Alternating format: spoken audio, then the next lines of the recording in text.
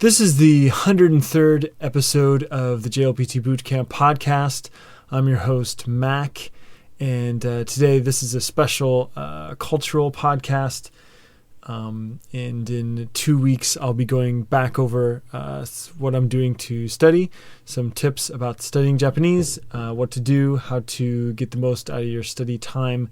That'll be in 2 weeks. But this week is all about culture, Japanese culture, and today going to talk about Japan's biggest holiday. And in the West, Japan's biggest holiday in general is Christmas. Now, I mean, some people obviously don't celebrate Christmas or don't celebrate Christmas as much or don't celebrate the true Christmas, whatever that is. But in the West in general, Christmas is a really big holiday. And in Japan, Christmas is actually a lover's holiday. It's where boyfriends and girlfriends get together, they go out, they have a nice dinner. Usually, you buy a gift for your sweetheart or whatnot. For little kids, there's still Santa Claus. Santa Claus comes to visit and gives them some presents. For Christmas, but in general, it's a lover's holiday. It's not really celebrated the same way as it's celebrated in much of the West, in much of Europe and America, Canada, Australia, and New Zealand. So Japan's biggest holiday actually is New Year's Day, and it's a huge holiday. There's a lot of events that kind of revolve around New Year's, the end of the year, as well as there's a lot of significance, not really religious significance, but kind of a cultural feeling of things are finishing and there's going to be a new year and it's going to be a new event. New things are going to start, so to speak. There's decorations that people put out on their front porch, hang up some decorations, and it's a pretty big event. And it starts off in December actually with what they call bonnenkai. Bonnenkai literally means forget the year parties. Bon is the kanji for forget, nen is year, and kai is kind of meeting or party. And these are typically pretty big parties that are thrown by a company. And it's not just one big party.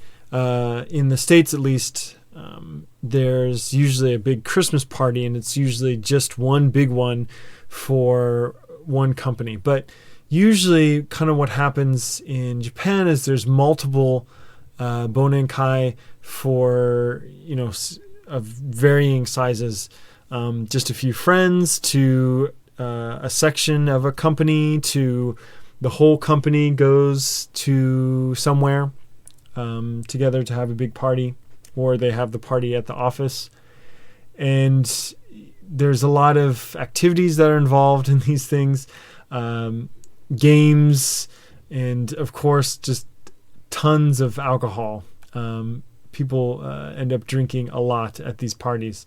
And I know a few students of mine that go to 2 or 3 of them in a week, these bonnenkai. They'll go to, a party on Wednesday and on Friday and on Sunday, 3 or 4 times. One of my students that I talked to last week, actually, he said he was going to have a bonnenkai every night that week: Tuesday, Wednesday, Thursday, Friday, and I think Saturday.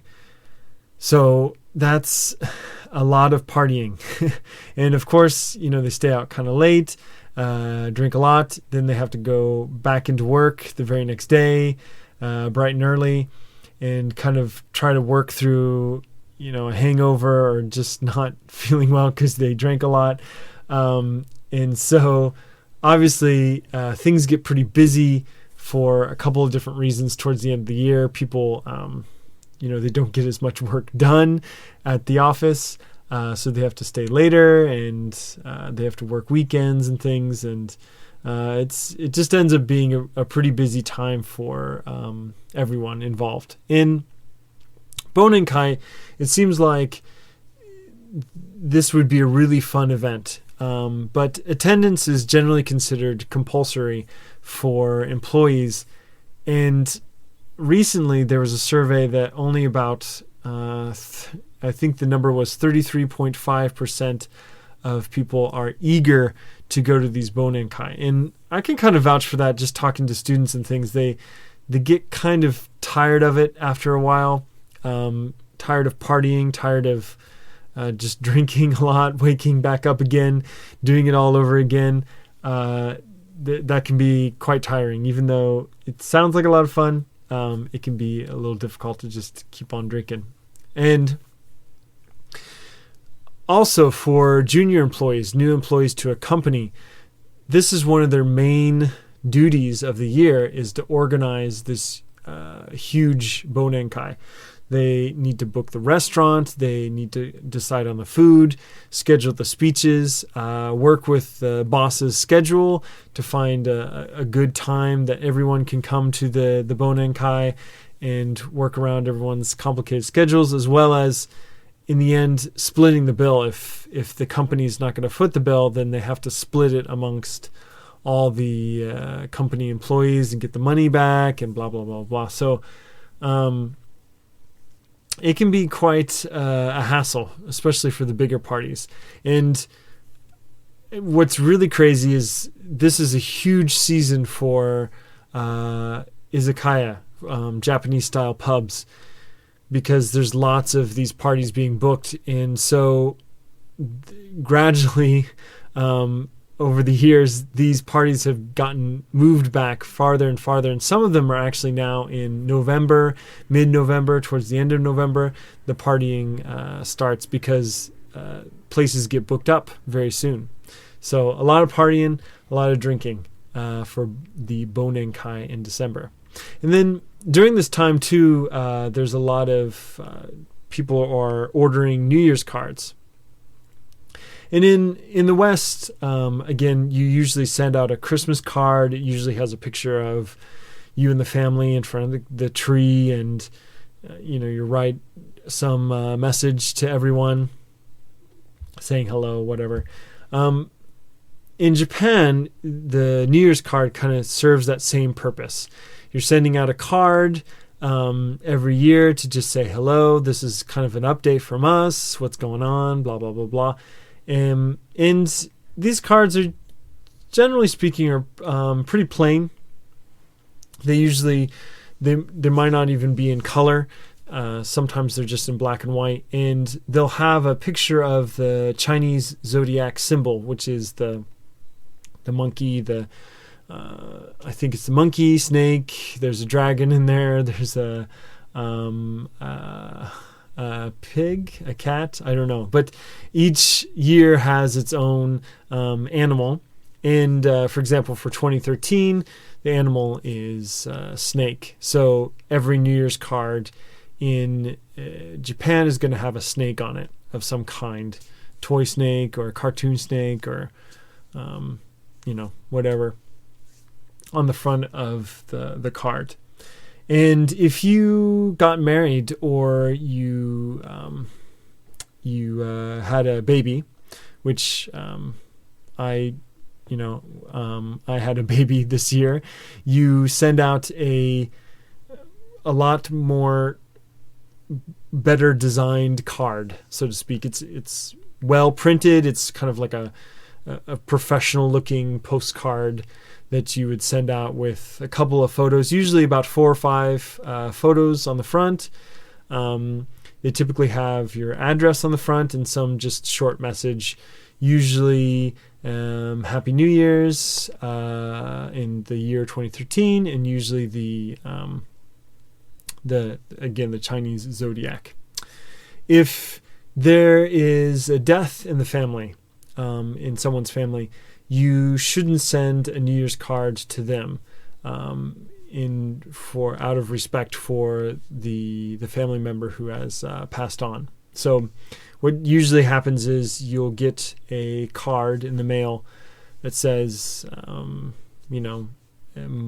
basically says, my father or my grandfather or my uncle passed away this year, so no New Year's cards for us this year. And so those are always kind of hard to get because you usually end up getting one or two of those every year. So it's kind of sad to get those in the mailbox, but out of respect for the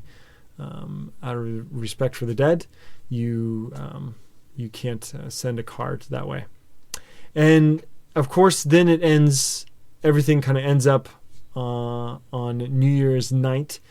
And New Year's night is it's one or two things. It's either a huge big kind of party where you go out to a couple of different shrines, and there's several different kinds of events going on. For example, at Gion Shrine, which is in Gion in Kyoto, they ring a couple of monks, I think it's about 20 or 30 monks, ring a giant bell at midnight a couple of times, which is quite a sight. That's kind of something interesting to witness if you're in the Kyoto area for New Year's. And then at Yasaka Shrine, which is next to Gion, there's a tradition of taking a rope and lighting a fire from the lanterns to light the fire for the first fire of the new year. And it's supposed to give you good luck for the new year that way.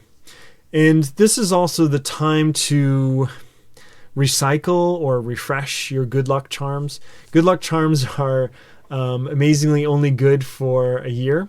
So usually what you have to do is bring your charms back in towards the end of the year or towards the beginning of the year. Give them to the shrine attendants who do something with them. I'm not quite sure what they do, but they dispose of them properly and buy new good luck charms to help you for the new year. And this is also a time where people will go to get omikuji, which are the fortunes at the shrines.